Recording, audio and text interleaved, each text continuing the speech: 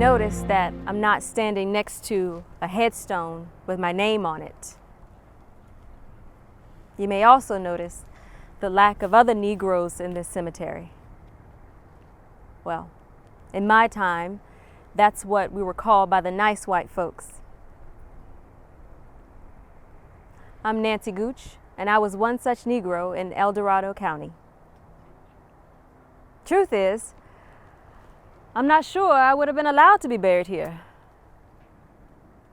No, not here, not this cemetery. This cemetery was founded by white powerful men. And although there is no actual proof that colored folks could not be buried here, I'm sure it would have been frowned upon. In any case, we didn't ask. No, I made my final rest near my family home in Coloma. That's where I made my home after being brought here during the gold rush. My owner, Mr. Gooch, wanted to strike it rich, so he packed up all his belongings, myself included, and headed west with so many other folks during that time. There was no time to waste. Gold had to be found before somebody else found it. The insatiable greed of some men just never made sense to me, not in my mind. Well, Peter and I made the long trek from Missouri in a wagon train in 1849 or thereabouts. Now, Peter was, for all intents and purposes, my husband and Andrew's father. However, slaves were not permitted to marry, so to the world, we were just a couple slaves. And there was a baby slave somewhere thereabouts if you looked hard enough. My son, Andrew, my only son, was just 3 years old at the time.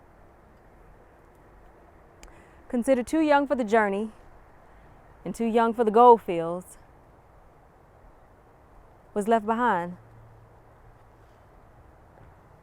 Sold to another family at just 3 years old. They just took him away. Gave him their name, Monroe. And Peter and I put into a wagon and made to leave him behind. I thought I'd never see him again. Could you be made to leave a young child behind, knowing full well you'd never see him again? Just a baby.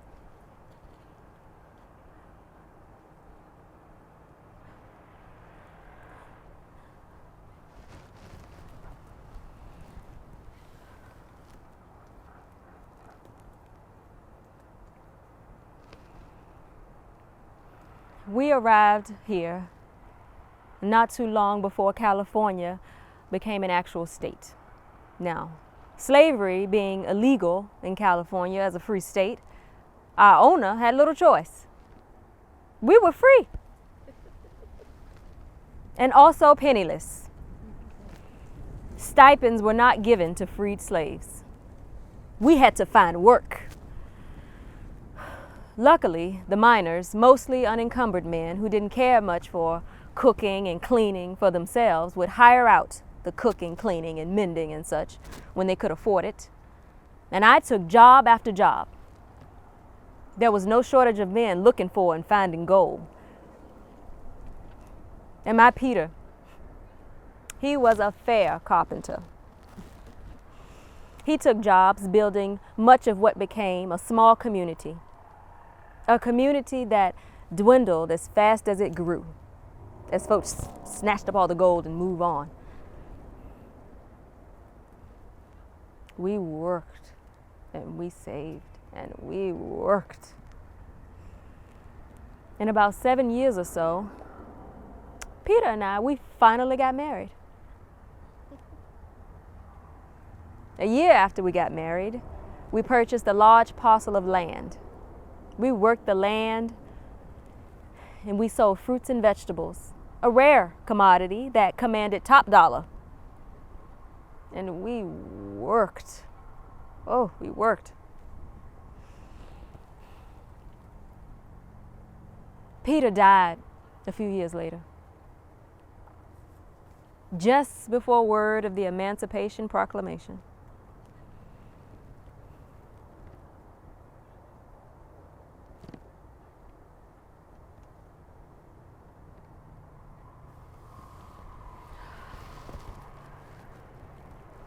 My only goal throughout all of this was to see my son again.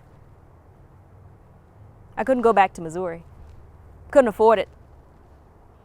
And traveling back to a state where slavery was still legal was not an option. There was a war going on where my baby was. There was nothing I could do. So I worked and I saved, all the while bending my ear to hear of any news of the war being fought over slavery in the East. When the war did end a few years later, it appeared all the Negroes were free. Even my boy Andrew, or so it seemed. Just like when Peter and I were free, all the newly freed Negroes had nothing. All the owners found themselves without free labor, and hiring workers to work those enormous tracts of land was impractical. So they divvied up the land and allowed the former slaves to rent out plots for a percentage of their crops or earnings from sales. The tenant farmers soon found themselves in debt to the landowners and trapped in a cycle of poverty. Better than being owned, but not quite as free as many had hoped.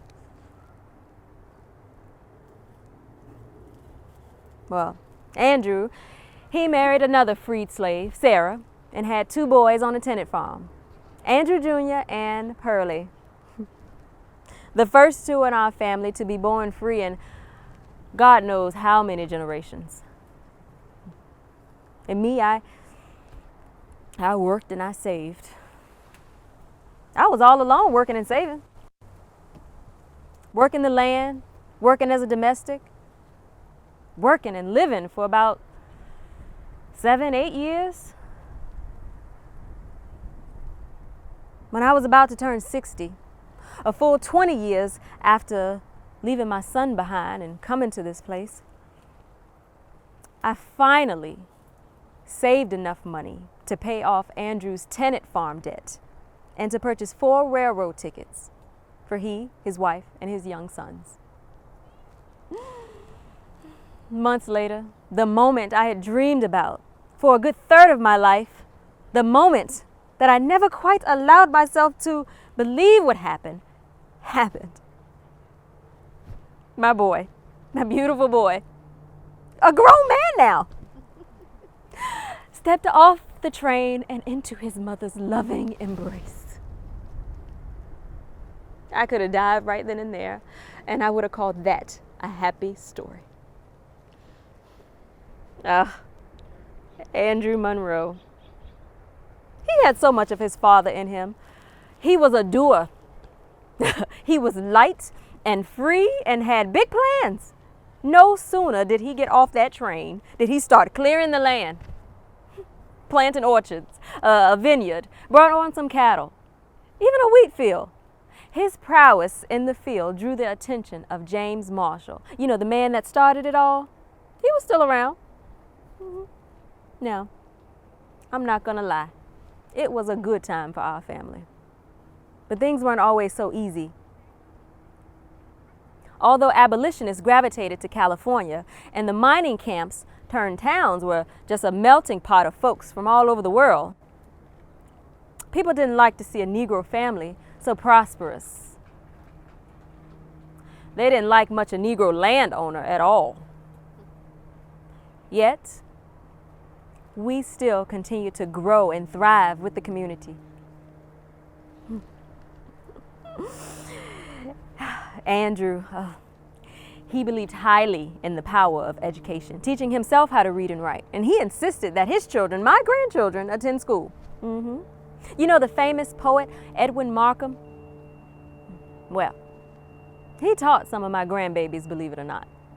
Now, we didn't know he was going to be a famous poet at the time. To us, he was just Mr. Markham. You know his poem, The Man with the Hoe? Well, that poem was about my Andrew. It was. And it's understandable to anyone who knew him. As I remember it, the opening goes something like this. Bowed by the weight of centuries, he leans upon his hoe and gazes on the ground. The emptiness of ages in his face, and on his back, the burden of the world. Who made him dead to rapture and despair, a thing that grieves not and that never hopes? Well, my Andrew, as he matured, he could be a quiet and still man, as anyone who knew him would attest. Some say Markham wrote that poem about some painting. I don't know. That first part sure does remind me of Andrew. Now, Sarah and Andrew, they gave me a total of 6 grandbabies. Now, they all lived on and helped work the land. Some married and some prospered in other ways. Pearlie built the blacksmith shop, and he worked that trade for a while. And Andrew had come to befriend James Marshall. And when Marshall died, he and his boy Pearlie, they trekked Marshall's body back to Coloma and buried him in Coloma, where he pulled gold from that river all those many years ago. Pearlie became caretaker of Marshall's land, and the family eventually owned that and much more of the Coloma Valley. I lived the better half of my life a free woman. But I can't help but wonder what life I would have lived if I had lived an entire life free. I died in my 90th year, surrounded by, if I do have to say so myself, prolific family. I died proud. I died knowing that I made something. I built something. Something of a life for myself and for my family. I died free.